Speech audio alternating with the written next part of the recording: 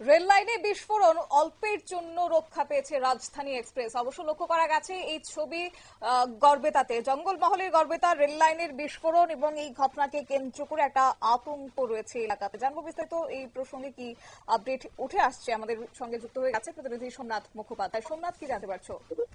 দেখো, রেল দপ্তর সূত্রে জানানো হয়েছে যে ঘটনাটি হয়েছে রবিবার সন্ধ্যার পরে, কিন্তু ঘটনাটি প্রকাশ পায় আজকে দিল্লি রেল ভবন থেকে প্রকাশ পাওয়া গেছে যে যখন ভুবনেশ্বর থেকে দিল্লিগামী রাজধানী এক্সপ্রেস যাচ্ছিল তখন ঠিক তোমার গড়বেতা স্টেশনের আগে কিন্তু একটা শব্দ শুনতে পায়।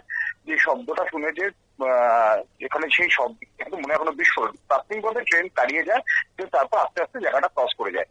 কিন্তু রেল চালক এবং গার্ড লক্ষ্য করে যে তার পাশে, রেল লাইনের পাশে একটি সাদা রঙের প্রচুর বস্তু পড়ে রয়েছে, পাউডার ধরনের।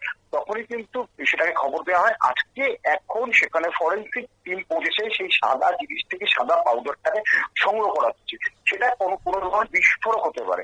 শতাব্দী বলে রাখা ভালো, এই যে সপ্তাহ গত 28 জুলাই থেকে গতকাল অব্দি কিন্তু শহীদ সপ্তাহ পালন করছে মাওবাদীর এবং নকশাল যারা এখনো নকশালরা।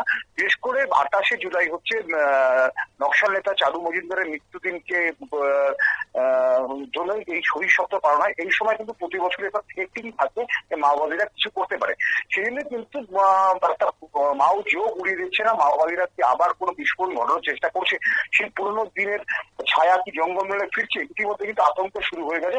তবে ফরেন্সিক টিম ইতিমধ্যে সেই পাউডার সংগ্রহ করেছে বলে জানতে পারলাম। তবে কোনো হতাহতের খবর নেই, কেউ আহত হয়েছে বা কোনো জিনিসপত্র নষ্ট হয়েছে সেরকম কিছু। তবে রেল লাইনের শব্দটা কিন্তু প্রাথমিকভাবে কিন্তু রেল লাইনের পাশে কোনো একটি ছোট বিস্ফোরণ ঘটানো হয়েছে বলে জানা গিয়েছে। আপনারা শুনলেন, অর্থাৎ এক্ষেত্রে ট্রেনের গার্ড এবং চালকের সতর্কতায় প্রাণে বেঁচেছে বহু যাত্রী এবং বড়সড় দুর্ঘটনার হাত থেকেই রক্ষা পেয়েছে রাজধানী এক্সপ্রেস।